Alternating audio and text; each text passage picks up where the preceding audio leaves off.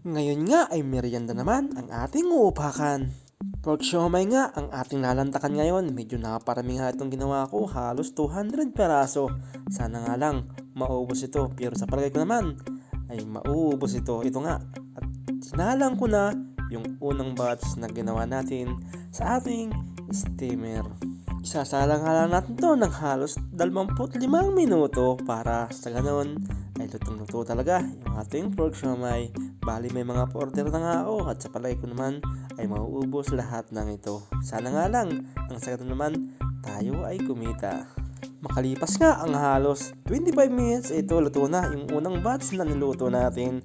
At bali irerekta ko na nga yan dito sa ating lagayan para ma-deliver natin dito sa ating mga kababayan. Bali mga taga rito nga lang din ang mga customer ko.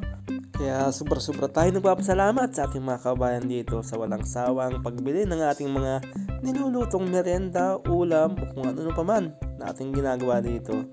Maraming salamat mga kabayan sa suporta. Sana patuloy nyo pa rin suportahan itong ating mga ginagawang pagluluto dito para kahit paano tayo mayroong sideline. Ito nga ang malimit nating lutuin, pork siomay, at kung hindi man ay kwek-kwek dahil dito lang tayo kumikita ng kahit paano ay maayos. Hindi na nga ako gumagawa ng chicharong baboy kasi napakahirap gawin, napakatagal at talagang puro paltos pa ang inaabot ng aking braso at hindi pa ganun kalaki yung ating tinutubo. Although may tinutubo tayo kahit konti, pero grabe yung hirap na dadanas ko doon. Hindi naman sa ayaw ko talagang gumawa o nagreklama ako dahil nagpapasalamat naman ako at meron tayong kinikita doon. Kaya nga lang, yung ating schedule ngayon ay nagbago. Bali, 2 araw na nga lang yung day off ko. Kaya kung sasabi ko pa yung pagchichicharon ay hindi yan talaga kakayanin. Kaya ang ginagawa ko na lang ay yung mga madaling lutuin tulad itong siomay.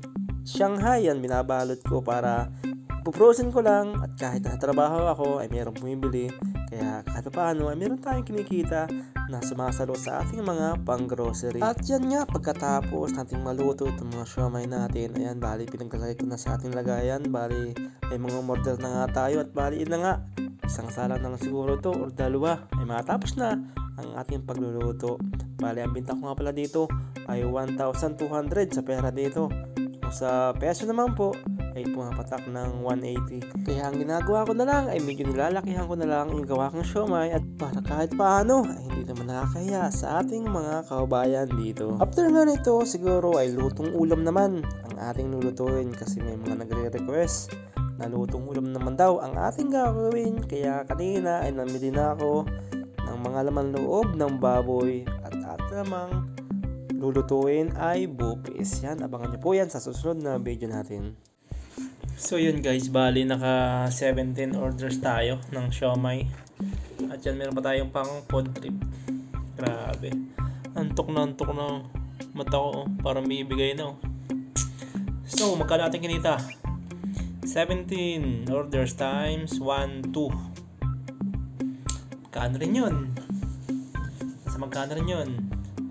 12,000 7. Ay, kulong-kulong 20 ang ating napagbintahan nyo na siomay.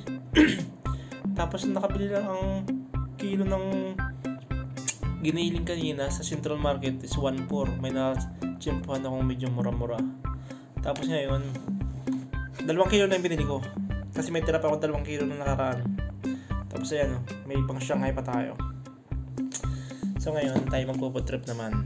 Pero bago lahat yan, maraming salamat sa walang sawang panood sa ating mga ginagawang video dito. Hindi tayo makapag-upload sa Facebook ng uneligible pa rin yung ating Facebook dito, kaya sa YouTube muna tayo. So yun, sa mga kabayan natin dyan, kung nasan man kayo, bansa, isang bansa man nakakabot ng aking ginagawang video, paki-comment naman.